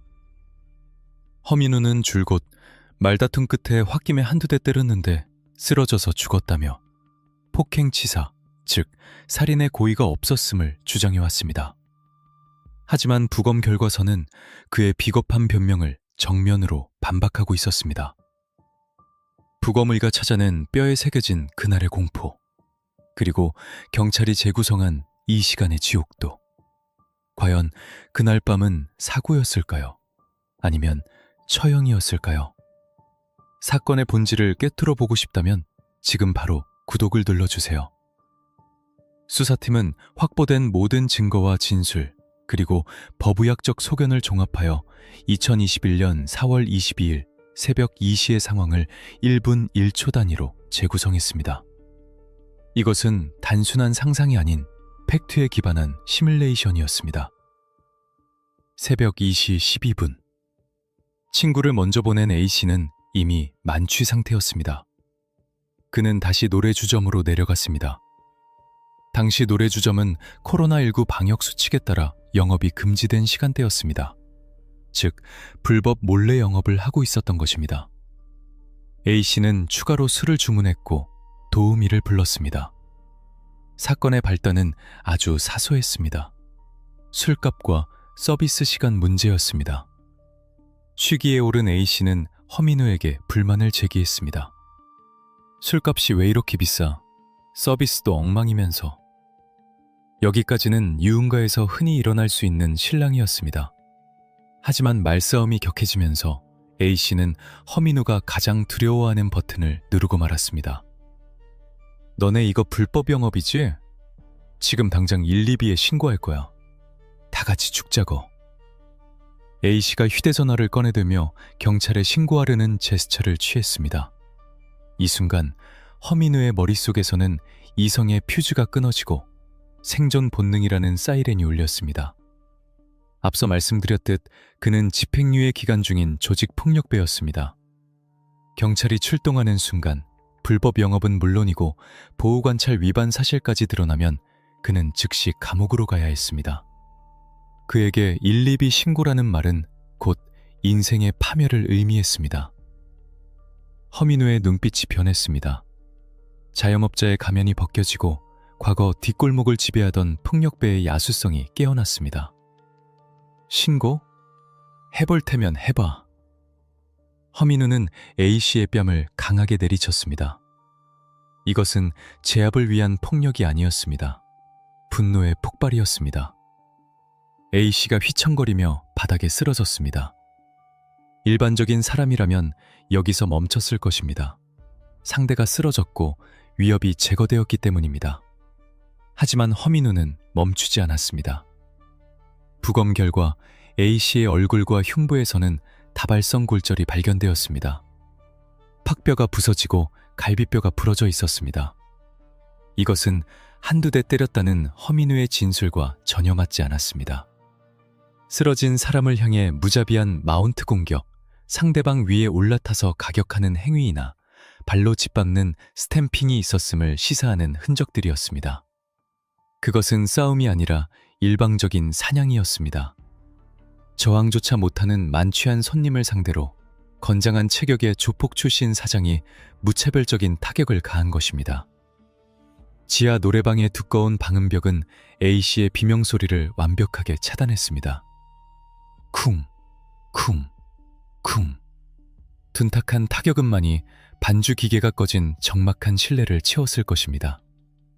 A씨는 의식을 잃고 늘어졌습니다. 입과 코에서는 피가 솟구쳤습니다. 이때가 허민우에게 주어진 마지막 기회였습니다. 아직 A씨의 심장은 미약하게 남아 뛰고 있었을지 모릅니다. 만약 그 순간이라도 이성을 되찾고 119에 신고했다면 A씨는 살 수 있었을지도 모릅니다. 그리고 허민우 역시 살인범이라는 꼬리표는 피할 수 있었을 것입니다. 하지만 허민우는 A씨를 살리는 대신 자기 자신을 살리기로 결정했습니다. 그는 축 늘어진 A씨를 차가운 눈으로 내려다보았습니다. 숨소리가 거칠어지고 몸이 간헐적으로 떨리는 A씨. 허민우는 휴대전화를 들었지만 129를 누르지 않았습니다. 그는 가게 문을 걸어 잠갔습니다. 그리고 A씨를 방치했습니다. 수사팀의 프로파일러는 이 대목을 가장 주목했습니다. 적극적으로 흉기를 써서 숨통을 끊지 않았더라도 죽어가는 사람을 보고도 구호 조치를 하지 않고 방치하여 사망에 이르게 한 것은 부작위에 의한 살인입니다. 허민호는 A씨가 죽기를 기다렸습니다. 그가 죽어야 자신의 불법 영업과 과거가 덮어지기 때문입니다. 새벽의 냉기 속에서 A씨는 서서히 생명의 불씨를 잃어갔습니다. 고통 속에서 홀로 죽음을 맞이하는 동안 허민호는 무엇을 했을까요? 그는 CCTV가 없는 곳을 확인하고 어떻게 시신을 처리할지 머리를 굴리고 있었습니다. 그의 머릿속에는 사람을 죽였다는 죄책감보다 어떻게 치워야 안 들킬까 하는 계산만이 가득했습니다. A씨가 완전히 숨을 거둔 것을 확인한 후 허민호는 비로소 움직였습니다. 시신을 빈 누미 소파 위로 옮겼습니다. 그리고 태연하게 옷을 갈아입고 묻은 피를 닦아냈습니다. 긍달은 비를 고통이 북어둔 것을 필원문 안에 갔습니다. 그리고 태연하게 옷을 깎아냈습니다. 하계반 담당노는 청치만 일어붙진 긁어 부른 피를 닦아냈습니다. 모디치가 영주겐을 자제름입니다. 그리고 태연하게 옷을 갈아입고 묻은 피를 닦아냈습니다. 허민우는 형종 부미러 몸독시반 파계반 정사는도가 그도 끼고 치고할지입니다. 이제 129도 아는 녹이 그고 가게긴 무도 형정 비미로 이대거여 부로고 기도축의 가게반 정사는 나는 영면은 덩정을 자넨 무대가 허민우는 비도축에만 정사는 치어여 묻은 피가 주가 있습니다. 그리고 태연하게 옷을 갈아입고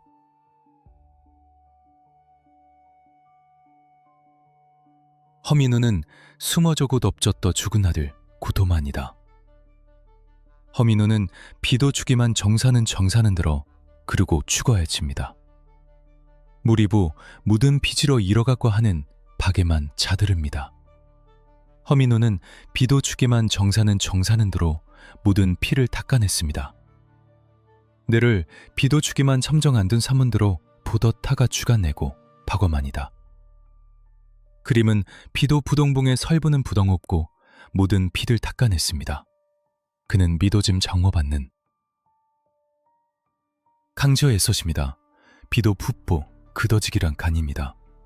그리고 부동시가 무지겼습니다. 미든 가시나는 허미는 그 시푸당 자들을 못해요. 얼어지기모 비도 십저도 무리부리고부를 마른드라 캡니다.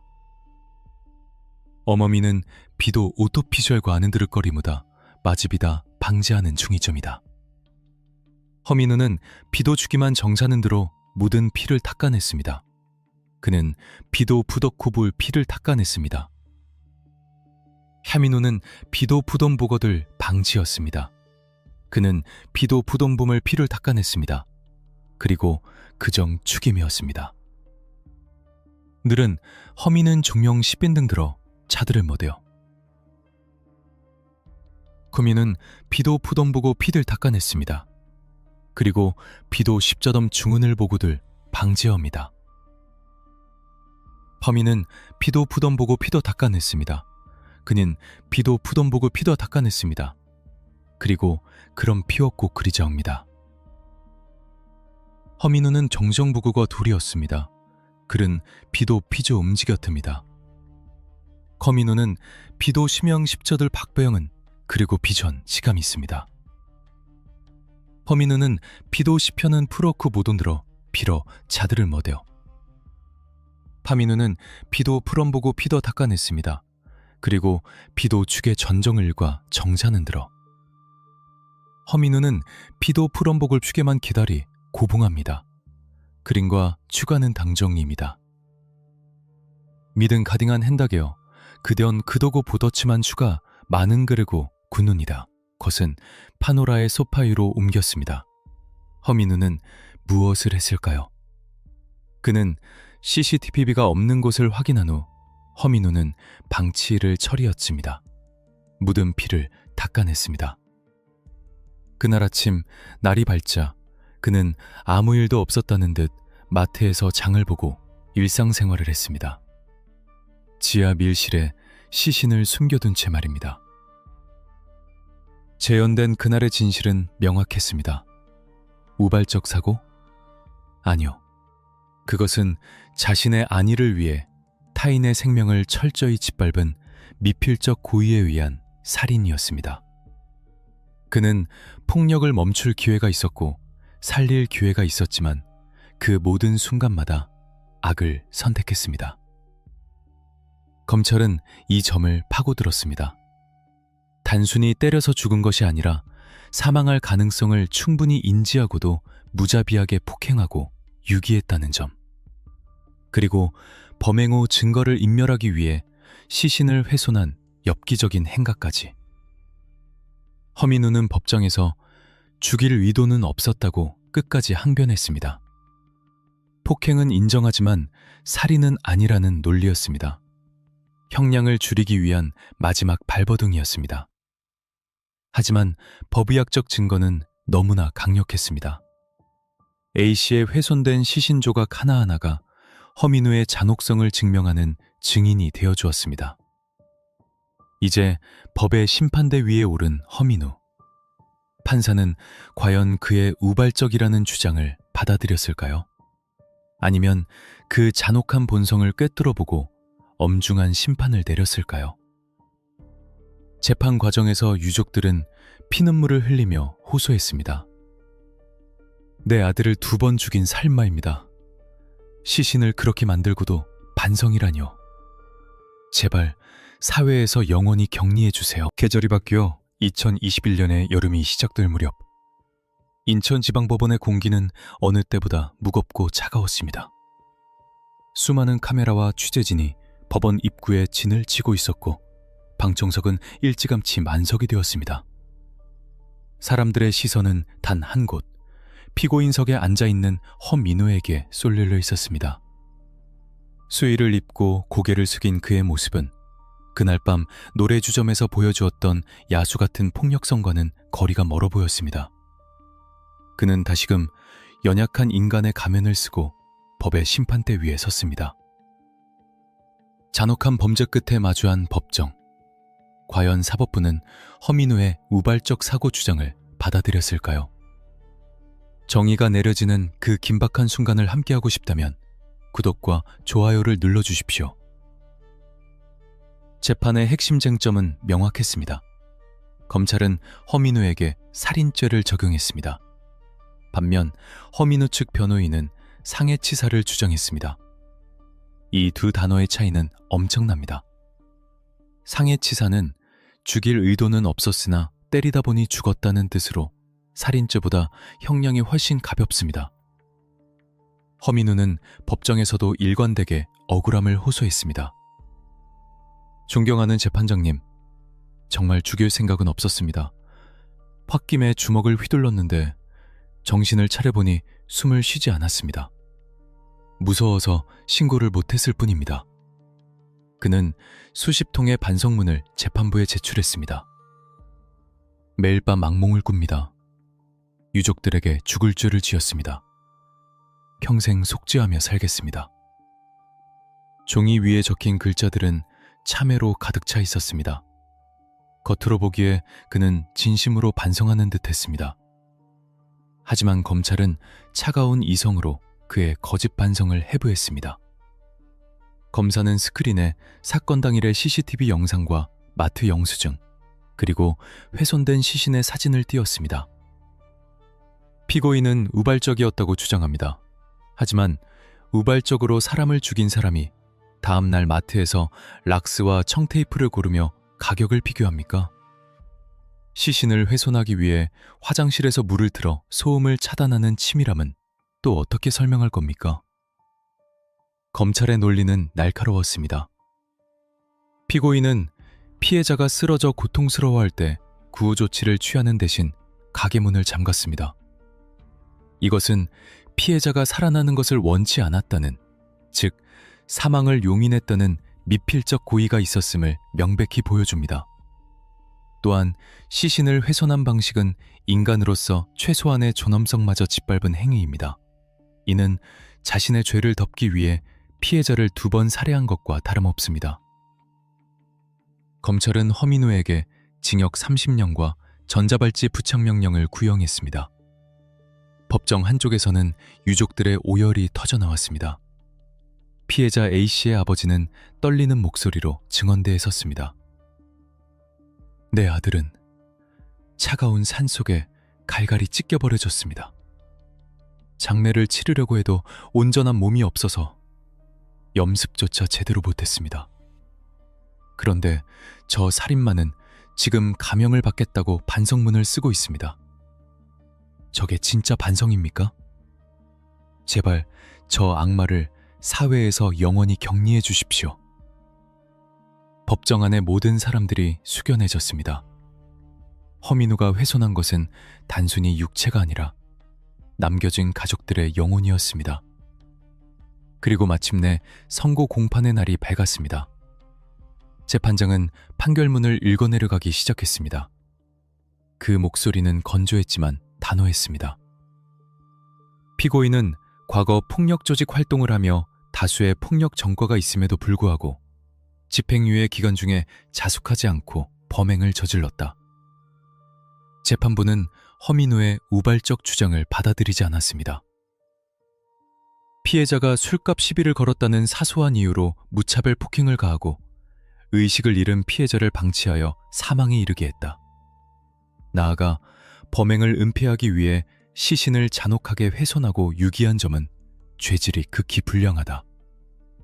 특히 재판부는 허민우의 태도를 질타했습니다.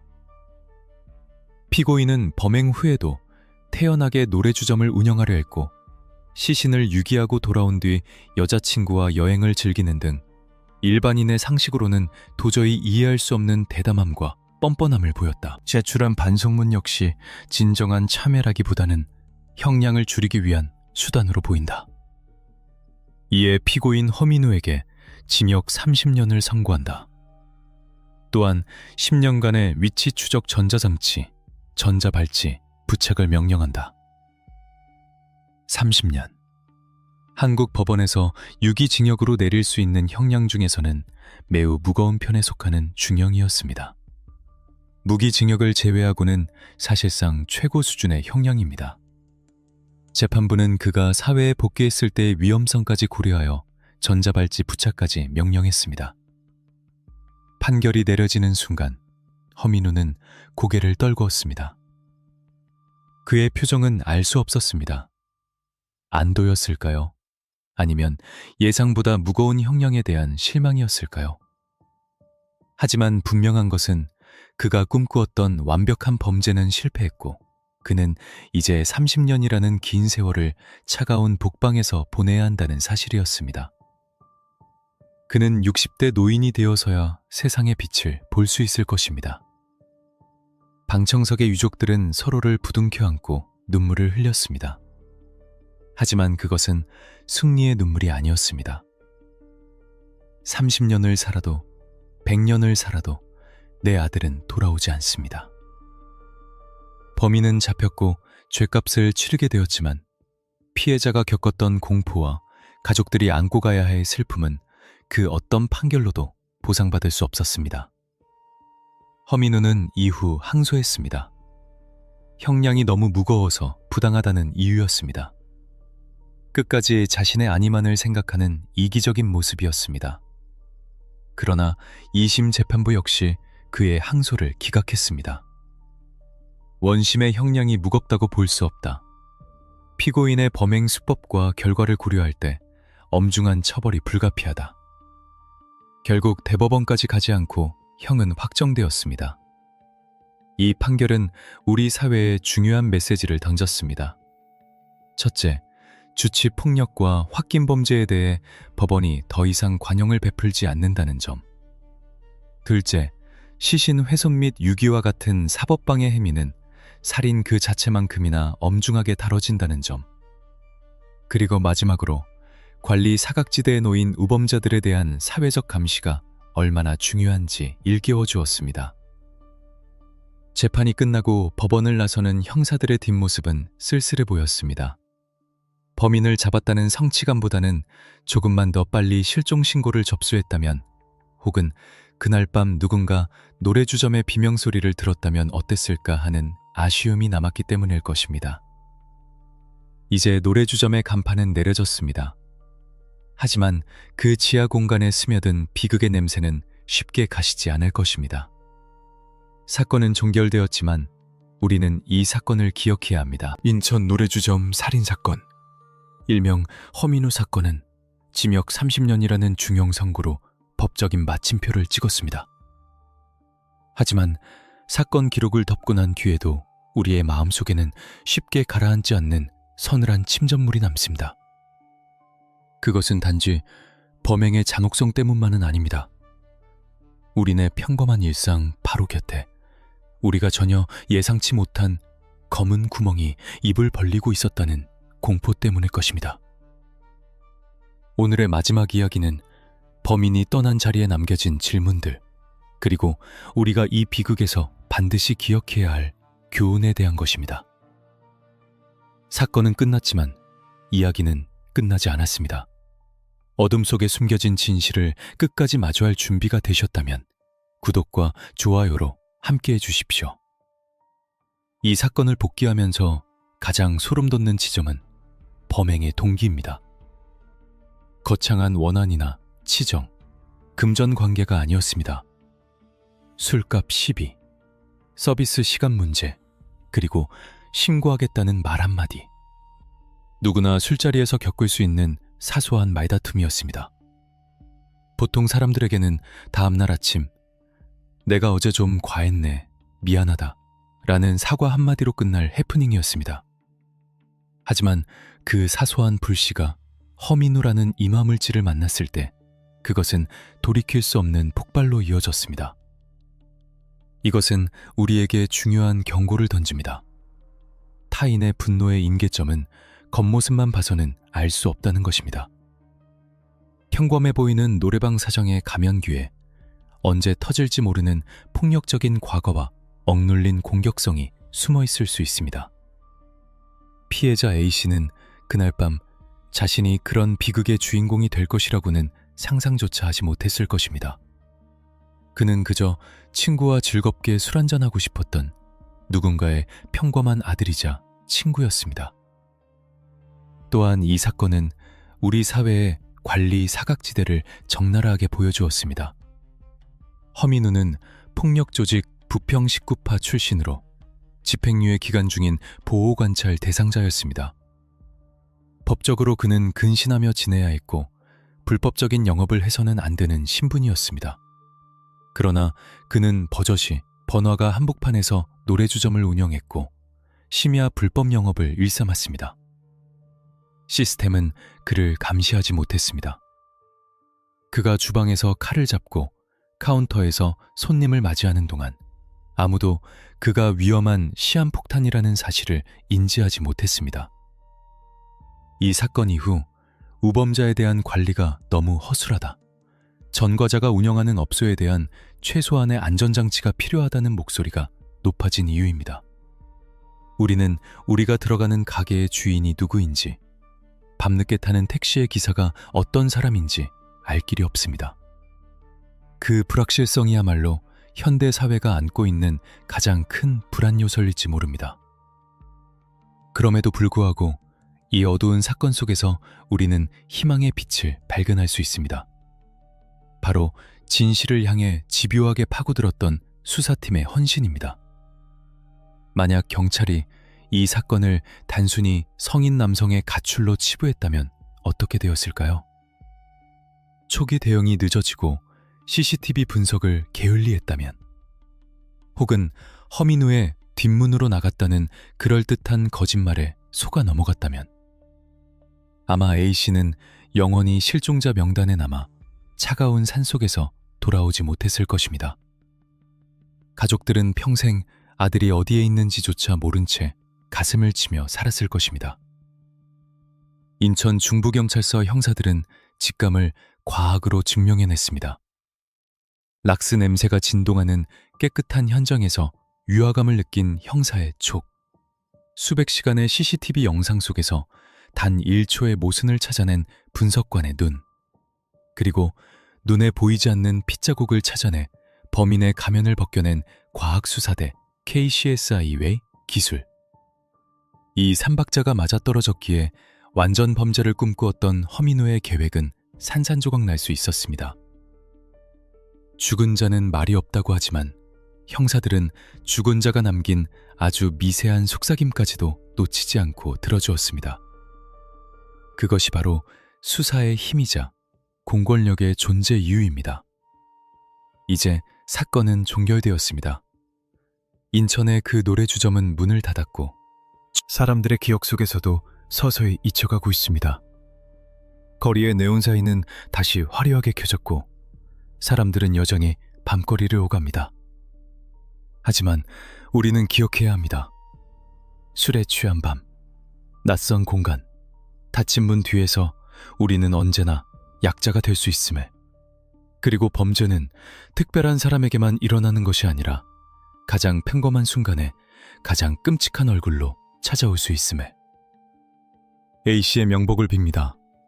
부디 그곳에서는 고통 없는 평안한 잠을 주무시길 바랍니다. 그리고 남겨진 가족분들에게도 깊은 위로의 말씀을 전합니다.